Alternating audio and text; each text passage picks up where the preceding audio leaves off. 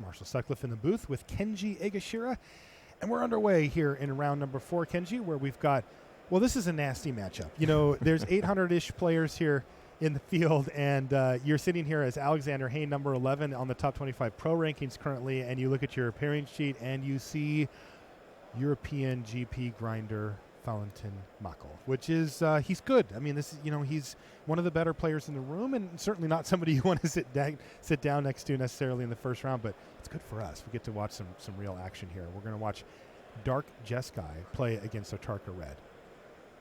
Yeah, this should be a great matchup. Like you said before, both of these players are very, very skilled, and both of these decks are very competitive. Valentin doing a little dance with his cards here. Yeah, I don't know what he's actually doing there. We're going to get him to flip that Jace back over. Thank you, hand.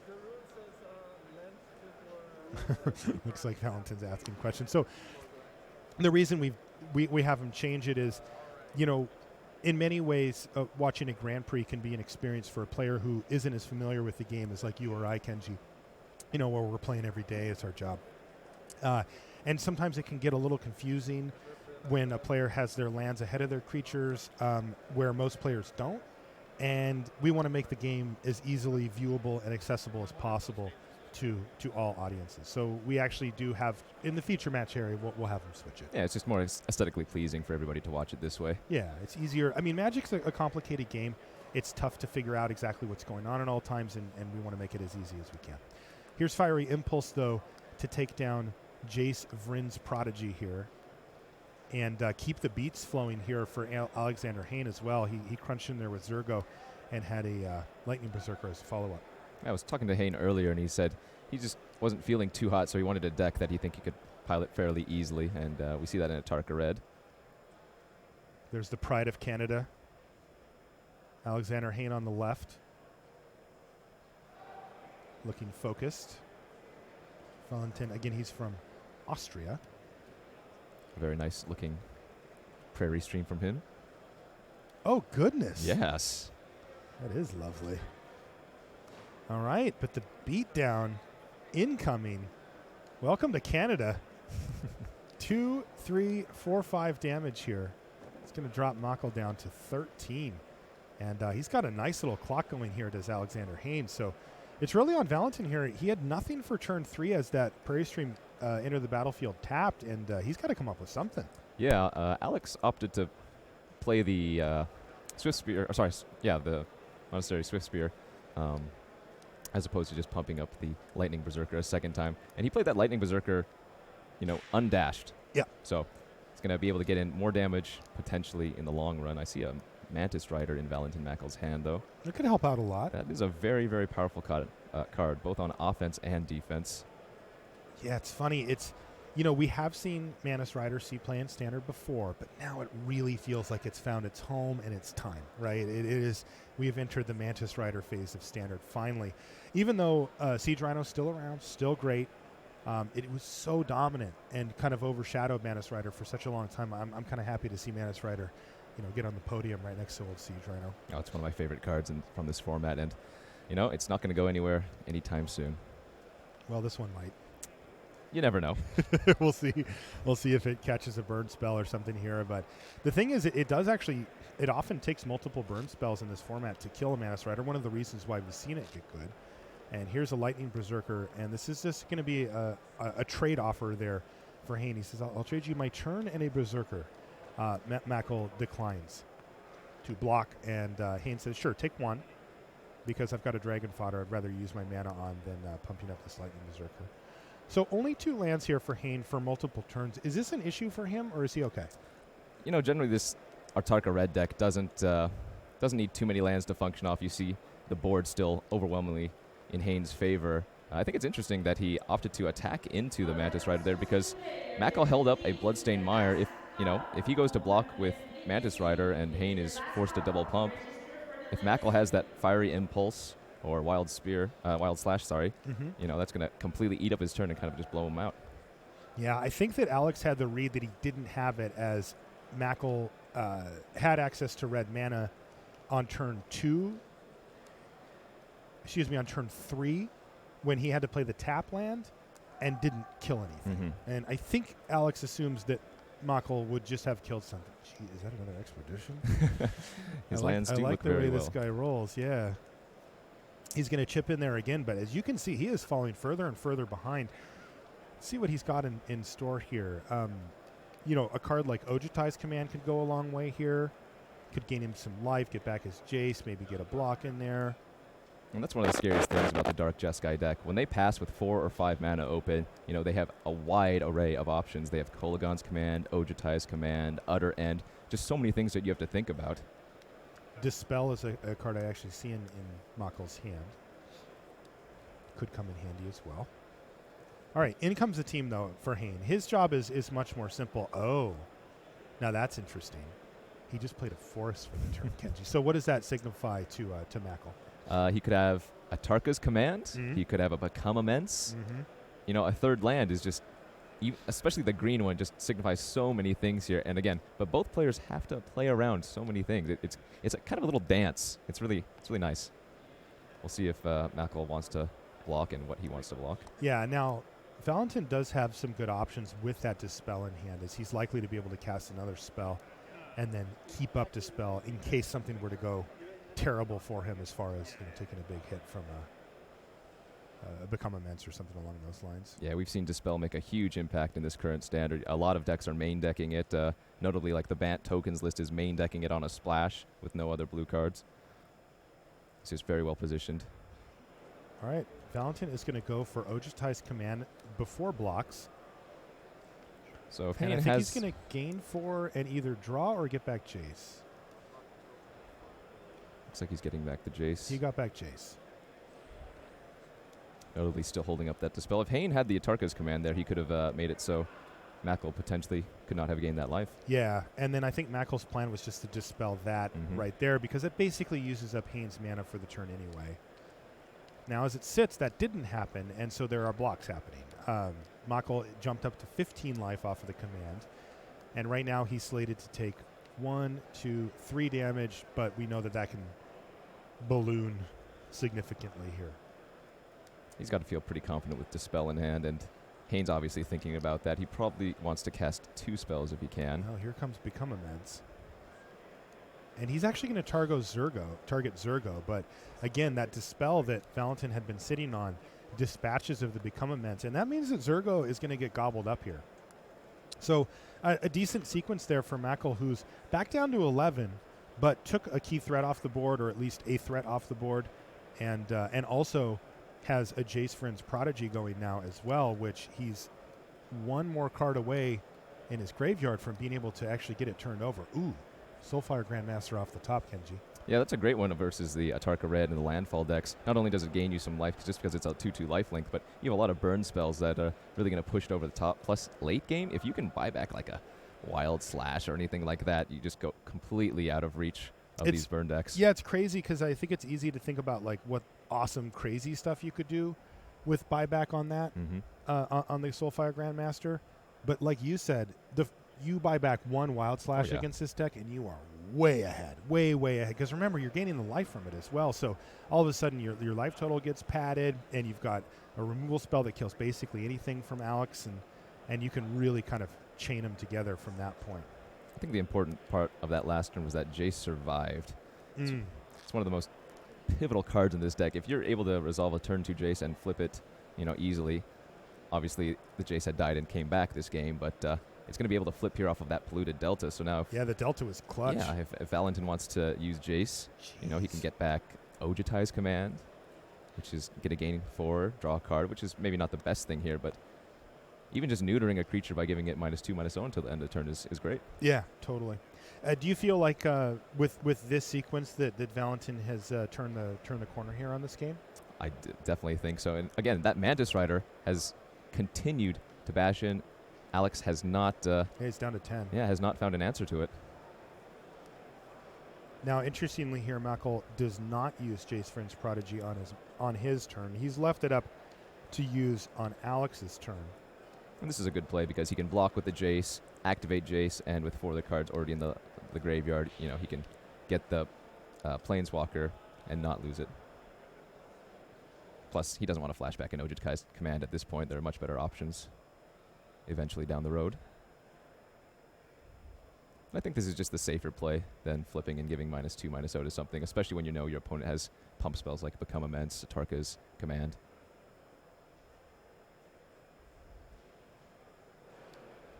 10 life is not a healthy amount, though. Alex definitely can come back from this, although, like you said, the Soulfire Grandmaster is definitely putting a problem into Alex's side. All right, 4th land for Hayne, who had missed a few previous land drops. And now it looks like he's in a pretty tough position here. Looks like he's going to kick things off with attacking with Lightning Berserker, as I think he'd be fine with any blocks that Valentin came up with here. And it's never a good sign when you're the red deck like this and you're only able to attack with one of your creatures when you have 3 others sitting on the battlefield. Did you see Mako? He snap blocked. And then he says, I would like to loot. That ability goes on the stack. That gives Alexander Hayne the opening to kill Jace, but clearly he doesn't have the answer. As he says, sure, you did it. And that also forced Alex to pump, a mana into the Berserker. So even though this deck can function with very few lands, that might potentially be relevant here. Let's see what he's got as a follow-up. So can snap it if Carol keep. Valentin's like, yeah. Yeah, and now we see right away that extra mana really mattered. But Hayne felt like he needed to force the issue. Oh, dig through time incoming. That is going to be a problem. Untapping with Mantis Rider, Soulfire Grandmaster, Jace Planeswalker, and 2 of your best cards from the top 7. I've got to assume that Valentin's feeling great about his position now. Yeah, he's definitely turning the corner. I mean, Alex has a reasonable board state here. It's not that. Like, he's kind of done his thing, but, once we get into the middle to late game, which we're definitely into the late game at this point, this is where Valentin's cards just simply outclass what Alex is doing. Not only that, but most of them are 2-for-1s, whereas opposed to Alex, they're mainly just 1-for-1s, except for, say, the Abbot. I see a Crackling Doom there at the top. Looks like he took a Crackling Doom and something else I couldn't quite tell. Seems reasonable. Crackling Doom is one of the best spells to have against the Atarka red deck because they're trying to go for that Become Immense, Team or Battle Rage combo. You don't even have to target the creature. They just have to sacrifice it once the Become Immense resolves. In fact, that might be double Crackling Doom in his hand. Really? I think I see a Tassiger too. It's a little bit hard. I mean, every card in his deck is an Expedition, so it's he's got the Expedition ready Tassiger. All right, 3 damage coming in, and you mentioned this a few minutes ago, Kenji, but this is starting to get out of hand, right? This Mantis Rider has Alex Hayne down to 7 now. Yeah. It is completely going the distance. Looks like Jace is targeting Abbott. Valentin's just passing the turn.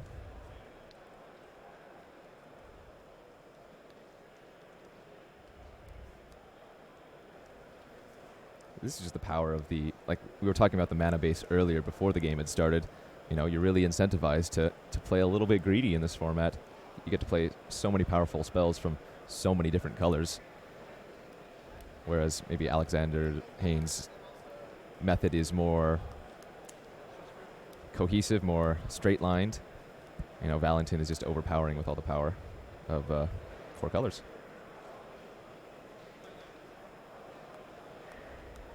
All right, Alex is, trying to punch in any damage he can. And it looks like, interestingly, Valentin is not interested in blocking with his Mantis Rider any longer. He knows that the Mantis Rider could get killed with a few different plays that Alex could make. And all of a sudden, that's his way to just close out this game. Oh, there's Teamer Battle Rage. Teamer Battle Rage off of the Lightning Berserker got pumped once.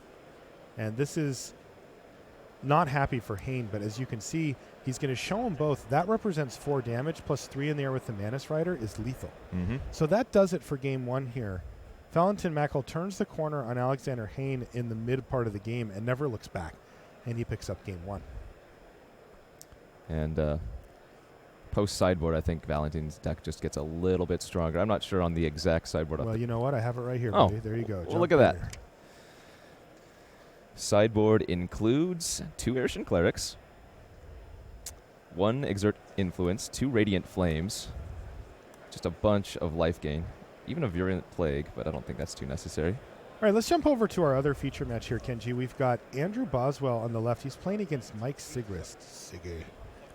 Current player of the year, Mike Sigrist. And whoa, look what's happening here. Okay, so wait a minute. Is that a Jotty offshoot with an Ulamog the Ceaseless Hunger sitting right next to it?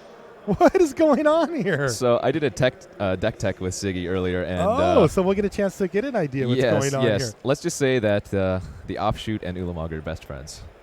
Okay, offshoot and Ulamog are best friends, and the board state right now is Ugin, Ulamog, Jotty offshoot, 2 Thopters, and a Hangerback on 3. What the heck? This is absurd.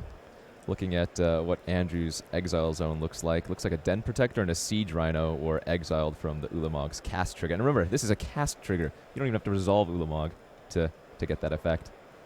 All right, well, speaking of Ulamog, he just got exiled. Now, are we going to see an actual game here? Because I got to say, jumping in the middle of game 1 here, I thought, well, this isn't impressive, and also Siggy's just going to win this. But Ulamog's gone. Abzan Charm took care of that.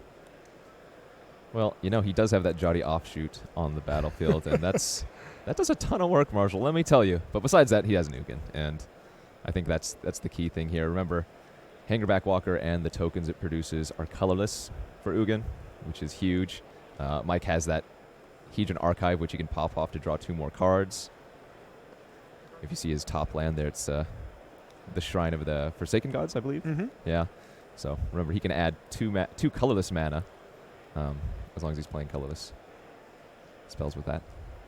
And that's one of the keys of his deck, being able to ramp out an early Ugin or an early Ulamog. I think he told me he could cast an Ulamog on turn 5 at the very earliest. Now, it says, though, on Shrine that you have to control 7 or more lands. Yes. There are, trust me, Does other he ways. have 7 here? 1, 2, 3, 4. He has exactly 7. Oh, well, that's nice. Hedron Archive there, too, to refill his hand if it comes to that point. But it looks like he's got something in mind. Well, kind of. He's got Map the Waste, but this is one of the cute interactions here, right? He's going to use the mana, and in this case, he's got to put it on a Thopter, but often it ends up on the Hangerback Walker, right? That or the Jotty offshoot, depending on if he's able to, Yeah, that's less exciting, I will say. Though a 1/4 Jotty offshoot's not the worst either. Yeah. If it does go on the Hangerback Walker, say he goes turn 2 Hangerback Walker, turn 3 Map the Waste, it's kind of like giving the Hangerback Walker Vigilance for the turn, You can attack for 2 since you're tapped out. Well, and it gives it a free counter. And Yeah, those well, counters that add too. up, yeah, that seems good.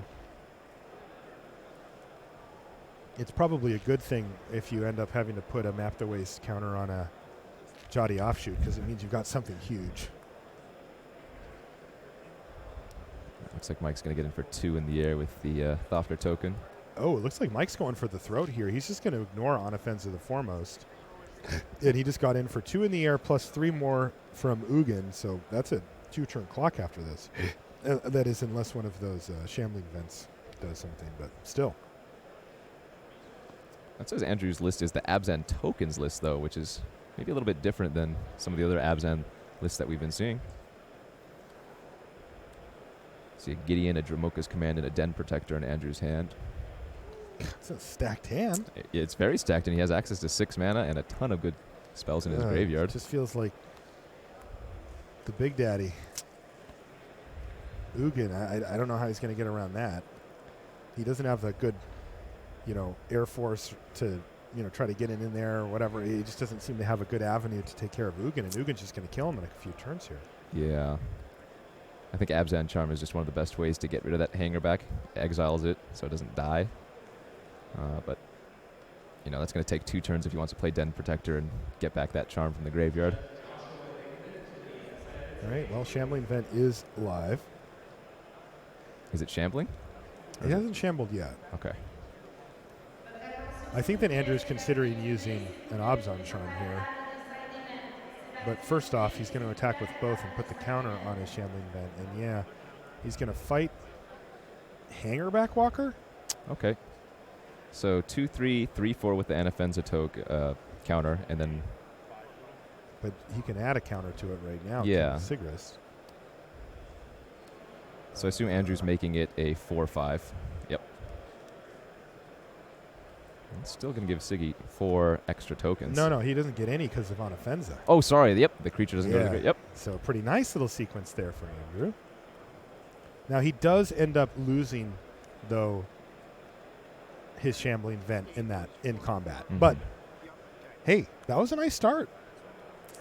The but problem. Siggy's reloading.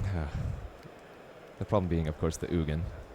Right, but if he can get this one last stopper out of the way and start whacking Ugin, he may just force Sigrist to minus Ugin, which could buy him a little more time. I mean, yes, it is a major problem. But I'm trying to find Andrew Boswell a way out here. We'll hang out here for just a moment. I do want to see if Siggy comes up with something else huge. I want to notice or point out the size of Andrew's deck, by the way. I think Ulamog might have tacked once or twice. Oh, that does not look like there's many cards yeah, there, right? I think there are more cards off to the side that would have been exiled. Interesting. All right. All right, we'll give this just another minute here. Our main match has started again, though. Let's just see. He's just ramping here with Explosive Vegetation. That's a Nissa's Pilgrimage. Pilgrimage, sure. All right, let's jump back over to our main match. As this one, I am curious to see where it goes, but I want to keep up on our main match here. The Jotty offshoots off the battlefield, so there's no point watching anymore. Right, why watch? Agreed. Yeah, and the main reason I want to jump back over here is because Alex is playing a red deck, and this could be over very quickly if we're not careful. So,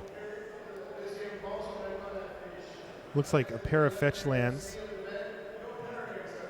for Alex finds him both green and red mana. He had a turn 1 Swift Spear. Clearly has something to do here on turn 2 if he's not getting a Cinder Glade, which would have come into play right into the battlefield tapped. Right. And he does. He gets in for 2 damage and makes a Dragon Fodder. Nice quick start here from Hain. 1-2 punch. Valentin Meckles down to 17. But he had a tap line on turn 1, and he needs to kind of set himself up to start deploying some spells pretty quickly here. You got to figure, like, post-board, he's got a bunch of good stuff, but he needs to be able to get him out of his hand quickly enough. Yeah. The nice thing for the Atarka red deck is that they don't mind popping off their fetch lands earlier as opposed to, like, the red-green landfall decks.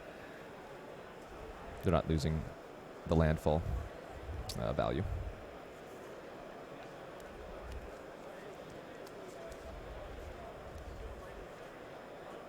Some more tap lands there for Valentin Mackle. That is one of the downsides of playing Dark Jeskai. A lot of the lands are going to enter the battlefield tapped unless you fetch basics to start things off. Yeah, the mana does work, but it's tricky.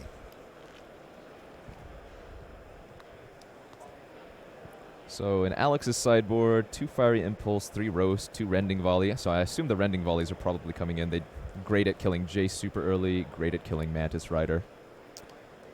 He has an Arc Lightning, 2 Den Protectors, 3 Chandra, Fire of Kaladesh. Look how big his graveyard's getting, by the way. Alex's? Yes. Yeah. As we've seen, there's combo finishes available in this format. At least that's what I like to call them. Titan Strength. So Alex is going to main phase this. Is this on his upkeep or main phase? I Sometimes they upkeep it if they know they're going to do it anyway so that they can get that scry. think this is turn 3, right? He played his land and fetched, so this is certainly a main phase. So main phasing it, and what this does is it forces Mackle to do something. If he's got, a card like Fiery Impulse. like Fire Impulse or Wild Slash, then he has to use it right there in response. And if he doesn't, now the toughness gets out of range. And with only 1 mana untapped for Mako, this could be a huge turn. Like, Hain can kill him from here, or at least get in for a huge chunk of damage. And I think there was a Teamer Battle Rage in Alexander's hand. He's not going to fire it off here, though. He's just going to get in for 4 damage. And what else do you have, Alex? Maybe I didn't see that correctly, though. Notably, there was a Fiery Impulse in Valentin's hand. And, if he goes for it there, he can just be completely blown out by anything else that Alex does in response. Yeah.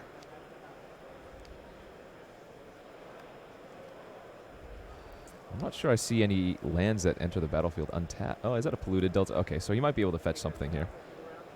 Yeah, you're right. It's a polluted delta.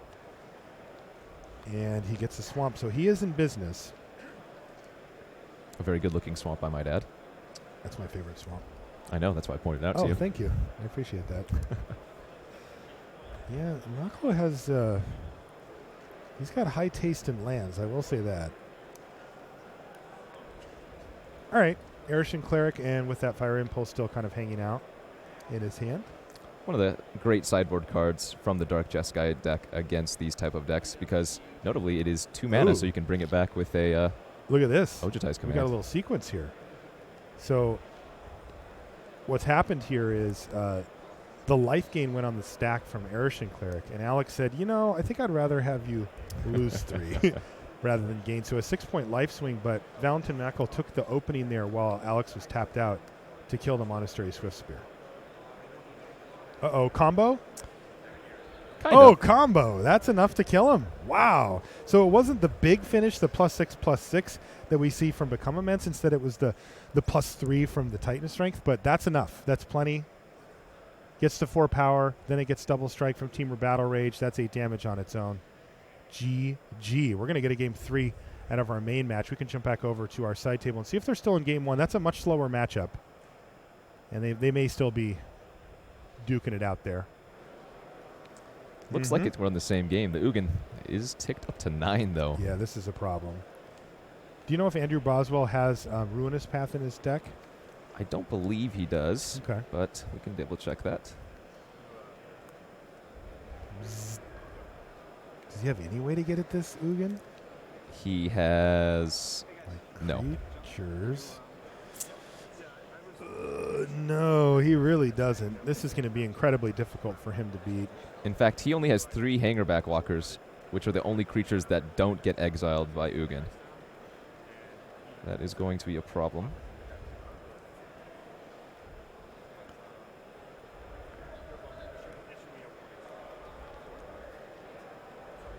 It looks like Mike also has a Hangerback on 2 hanging around.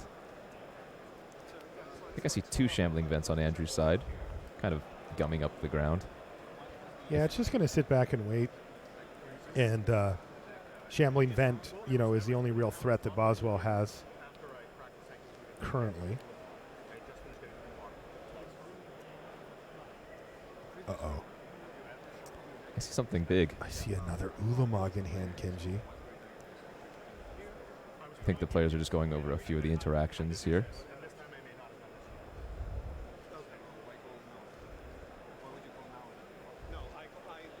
And if we look at the sideboarding for Andrew, he doesn't really have a good way to deal with any of the huge creatures from Mike's side.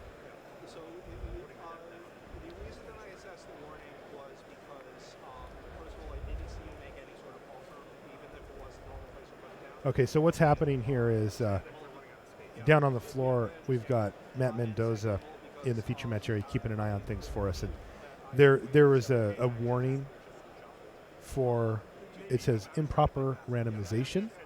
So, you have to, shuffle or do things in a certain way. And apparently that's being appealed. So that's what we're looking at here.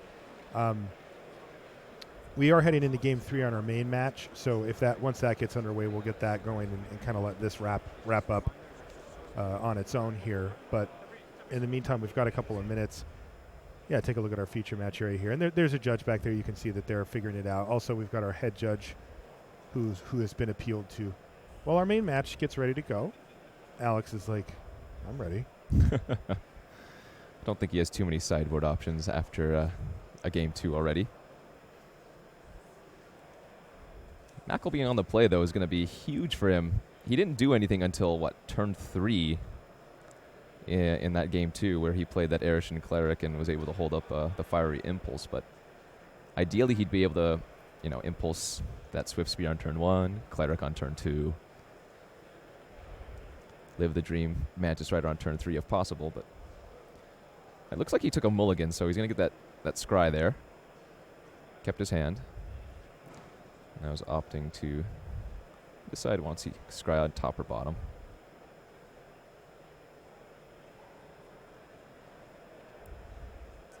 Which deck do you like more, Tarka Red or Dark Jeskai? This is not remotely close, Dark Jeskai. Yeah?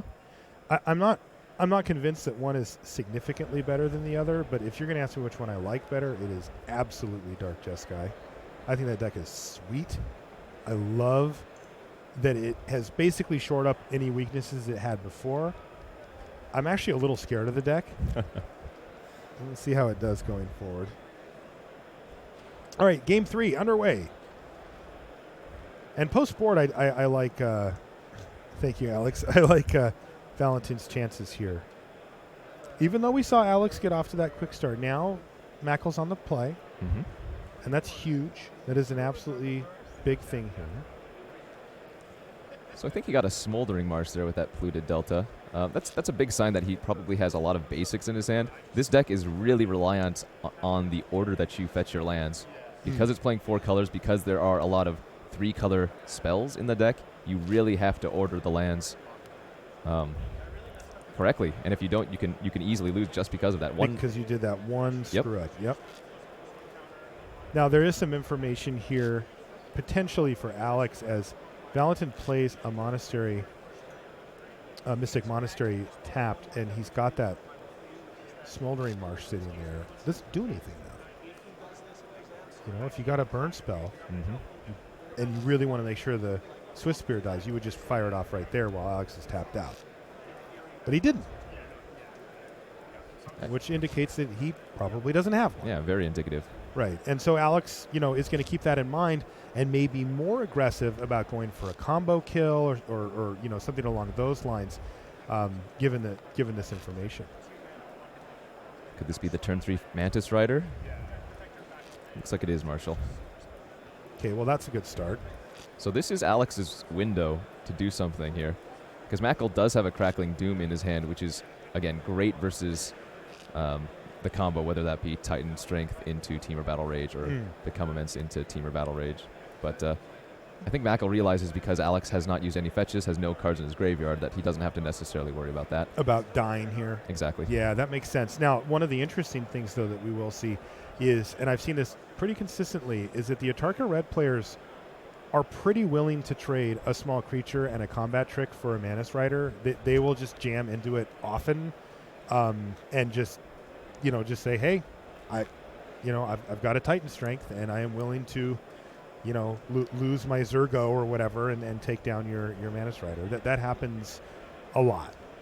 The only times when I've seen the players take a line that wasn't that was when they were specifically trying to set up for the combo kill. Making sure that they have enough creatures on the battlefield or whatever. Yeah, and you know what? Even Titan Strength plus Temur Battle Rage here represents, I believe, 14 damage if both spells were targeted at the Swift Spear. No blocks, says Mackel. And Alex opting not to do anything. Oh, here's a good one, Kenji. That is Chandra Fire of Kaladesh. What is that going to do here? Well, that's going to give Alex a reasonable threat that doesn't have to attack into the Mantis Rider. And, if it flips, not only can it deal 2 damage to a player, it can deal 2 damage to a creature as well. So we'll see if Mackel has anything to do here. I think Mackel's actually really happy that he was able to untap and only see a Chandra on the other side as that play.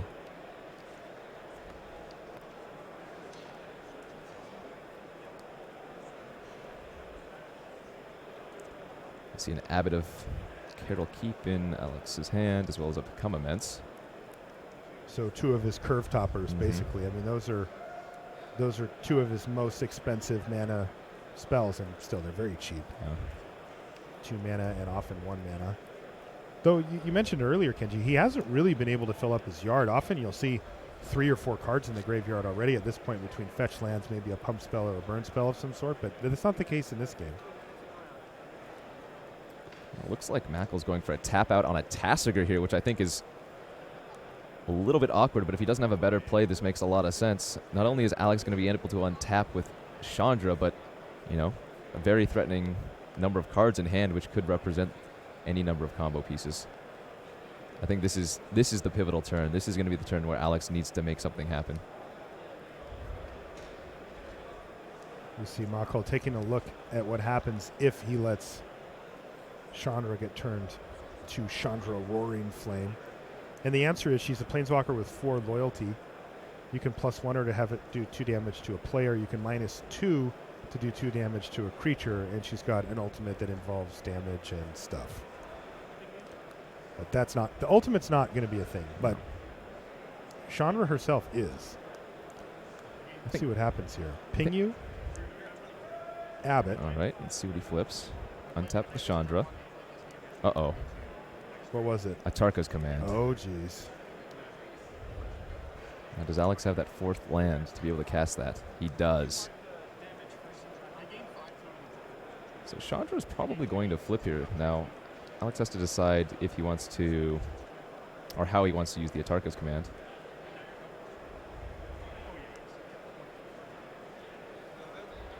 Alrighty. I mean, that's a lot of toughness there. It is, yeah. I mean, this is the brick walls are up for Mako. He's got 7 toughness. Or 8, excuse me. I mean, so the question here is just, what can Alex do to punch through a big chunk of damage while the shields are down? Mako also realizes that Alex attacked with Monastery Swiftspear last turn into the Mantis Rider, so he clearly was representing another type of trick. He knows about one trick. There are others. You know, and I think Katy Perry wrote a song about Chandra, assuming that she flips. Do you know the song? No. Oh, Roar, I believe it's called. How do you do this to me, Kenji? I don't know what you're talking about. Now, she's done 1 damage, right? Yes. Remember, she pinged and then Abbott came down. Yes, and untapped Chandra. So if she pings again and then Atarka's Command happens, she can ping 1 more time and actually get transformed. Okay. And that can actually finish off any, one of the creatures that Mako's blocking with, because not only is the Atarka's Command going to pump the Alex's creatures if he so chooses, Chandra can then flip and deal 2 damage to finish one of them off. So this is insane for Alex. This is just absurd. Oh, this is, yeah. So Monastery Swiftspear, assuming it gets +1/+1 from the Atarka's Command, is going to become a 3/4, eat the Mantis. Chandra is then going to ping Tasigur, who took 3 damage from Zurgo because he was pumped as well. Yes. How about 2 more? Oh my God. That was brutal. Yes.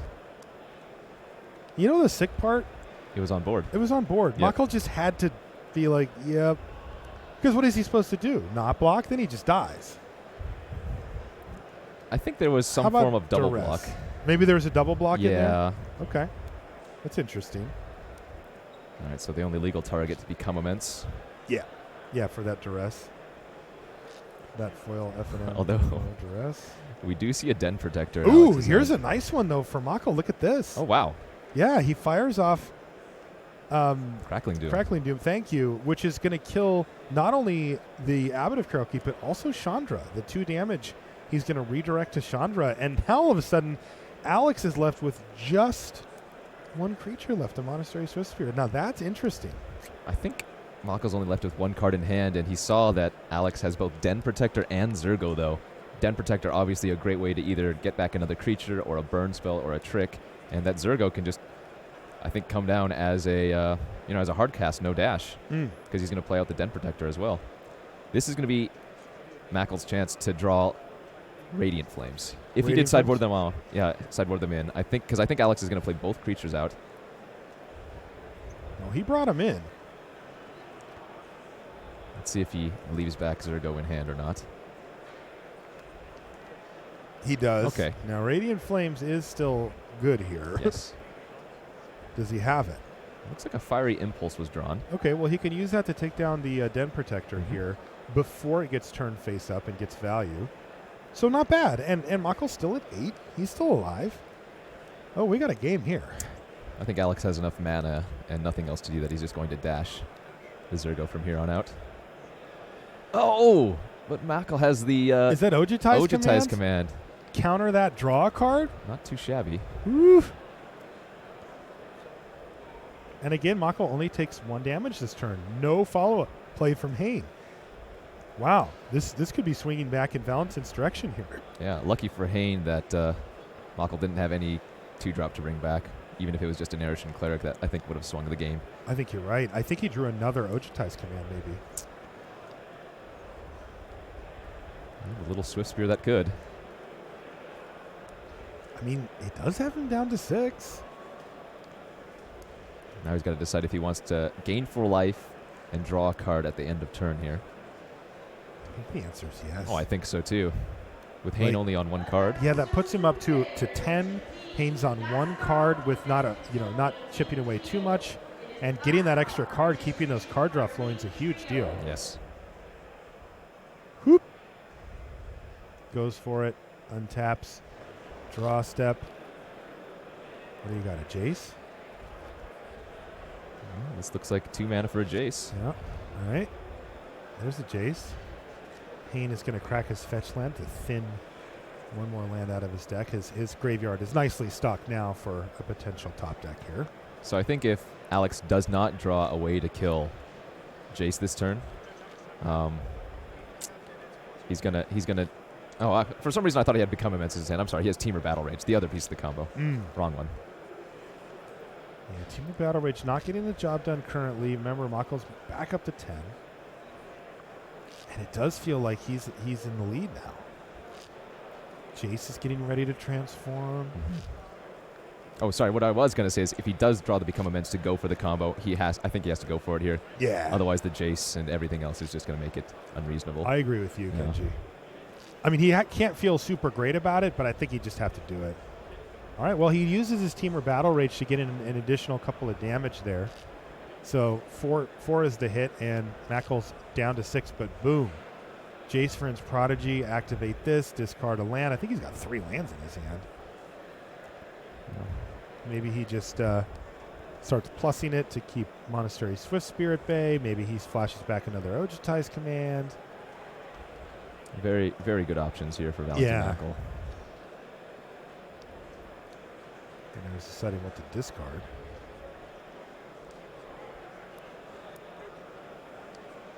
Bloodstained Mire.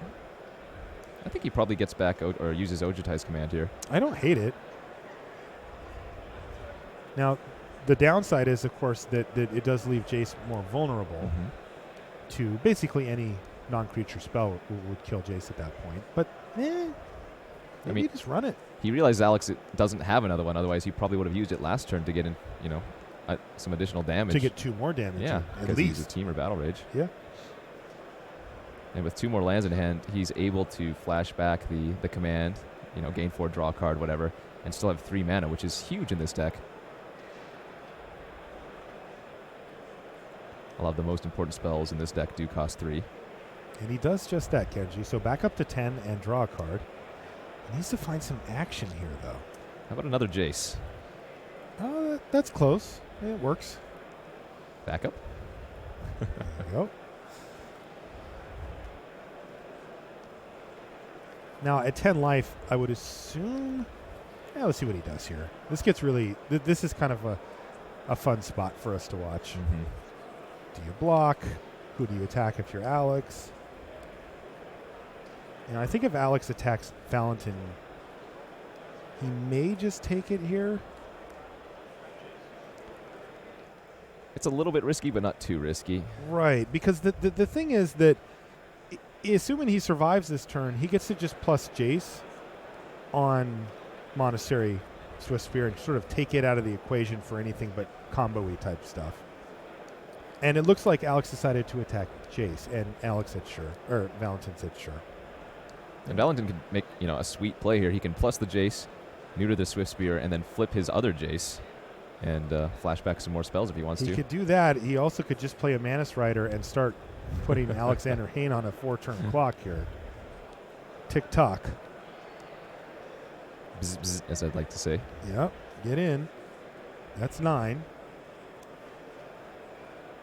Wow, I got to say, Manus Rider was an absolutely epic draw here for Mako, because at this point, he has enough control and enough life cushion that he needs to just find a way to finish the game, and Manus Rider closes the door quite quickly. I mean, now you see that all of a sudden he has fallen behind in the damage race here late in the game, and it's just going to be so difficult for him to actually find a full win here through the board that Knuckle has developed. Yeah, Makel's gained, 12 life this game? He cast 2 Ojutai's Command and then flashbacked one of them. I think one of them he countered and drew. Did he? Okay. Maybe, but yeah, he's gained at least 8.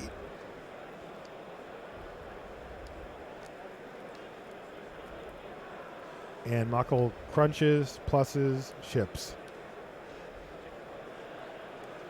Dragon fodder. Knock yourself out. Enjoy. Is that a dig? I certainly hope it isn't for Alex's sake. Yeah, is Mako going to digging? No, it's not. All right. Nor is that. Yeah, he's got a couple of lands. And is it a negate? What is that card? It would be a dispel if it's a dispel. Okay. If it's a card like, I don't think they run negates. Let me double check that. I mean, Mako is just so. Oh, you're right. He has 1 negate in the a sideboard. negate? Yeah, Okay. he has 1 negate in the sideboard as opposed to dispels. Okay, well, that is the negate in his hand, but like every card he has is so shiny, it's hard to see them at an angle.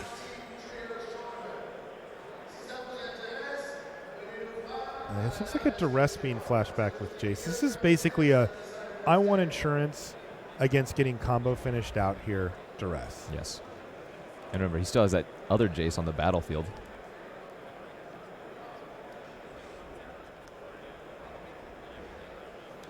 Yeah, that guy's ready to transform here. In fact, he's going to do it right now. And Makel has fully turned the corner here. I mean, he has insurance for his insurance plans at this point. I mean, remember, he took duress to take away Teamer Battle Rage, which he had negate for in hand anyway. Mm-hmm. Like, this has just become a complete beating here. And it's hard. I don't think that there's any way that Alex can win having a land in his hand at this point. And there's no sequences of draws that win him outside of some weird, Abbot of Carol Keep nonsense. Yeah, even then, that negate, anything that targets the Mantis Rider is just going to get countered. Right, and anything that would kill him isn't happening Yep. there. So one more turn for Alex Hain. He's going to look at this top card, and I think we're going to call it a match here. With Mako at a full 10 life, it just doesn't matter. Now, Hain, he's a pro. He's going to rumble. And Mako is going to go ahead and block, but that's going to do it. And a tough start for Alexander Hain. Big smiles there for Valentin Mako, and well, not. And why not? He has won his first round here at GP Quebec City. Improves to 4-0. And he's going to have to start off 3-1 and do this the hard way. All right, let's jump back over to this other deck, Kenji, because this deck looks absurd. Sigris' deck, once again, has Jotty Offshoot. I see... Is that a pair of Blighted Woodlands? Or there's at least one. He only has 1 Blighted Woodland in the deck. I think that's a Sanctum of Ugin. Sanctum of Ugin, Yes. You're correct. And he's running Ugins and Ulamogs. Yes. What the heck? No, Mike's deck is great. Andrew kind of overcommitting into an Ugin if Mike draws one. Goodness sakes, Holy. he really does have a fully built-out board here. He must have some information that says that Mike does not have access to an Ugin and is top decking for it. There is a duress in Andrew's graveyard, so. Uh-oh, what are we going to see here? Big Daddy. Is it Ulamog time? I believe Did Ulamog we is come in Mike's hand. just in time to see Ulamog? Now, Oh, yeah. Do it. Do it, Sigrist. so he can chain Ulamogs with this deck. Marshall. Hold on a minute. One of them's going on the stack. This is already exciting. You're telling me he can cast more than one? He can go back to back to back. So Sanctum of Ugin is going to be sacrificed here, and he's going to search his library for a colorless creature that costs 7 or more. Do you know what costs 7 or more? Ulamog? Oh, my God. Really? Yes. And then have enough mana next turn to just run him out there again? And just completely tear apart Andrew Boswell's board? What the... Yeah. Not as good as Ugin, I would say, on this particular board state, but, well, when you're chaining cards that exile 2 a turn. And yeah, here we see the Sanctum of Ugin being sacrificed. Bang! What's better than Who's one? hungry? What's better than one? How about two? Ulamog has not had breakfast yet. And he always wakes up hungry. Yeah. Mike was telling me because this Ulamog, the Ceaseless Hunger, doesn't have, the staple of the old Eldrazi where they're shuffled back in the library if they would be put into the graveyard. He was thinking about adding Mortuary Mire to his deck just to be able to draw another Ulamog. That's absurd. Yeah, because one of the things about Ulamog, of course, is that you don't get the exile trigger unless you actually cast it. So it makes you think, oh, reanimate it. And then you're like, oh, no, wait, that doesn't quite do what I want. As it's still a good body, but not that great. But that's sweet because it does let you recast it if you draw it again. Fortunately, Ulamog is still indestructible. Still doing some major work here. It looks like Andrew's going to play a morph, either another Death Mist Raptor or a Den Protector. We're not sure.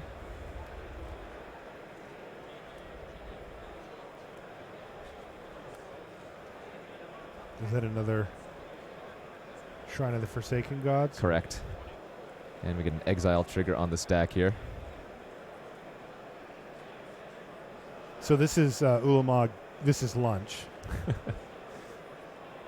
You can tell how much, like, which meal it is based on how many cards left in the library. Sure. Dessert's the last one. But I think that was lunch. I think dinner's next. Oh, this is absurd, Kenji. This is not fair. Sigris, this is not fair. What are you doing? You can't just cast back-to-back Ulamogs in Standard. Marshall, do you remember what I told you about back-to-back? Not just back-to-back. You said chain them together was the term used. Back-to-back.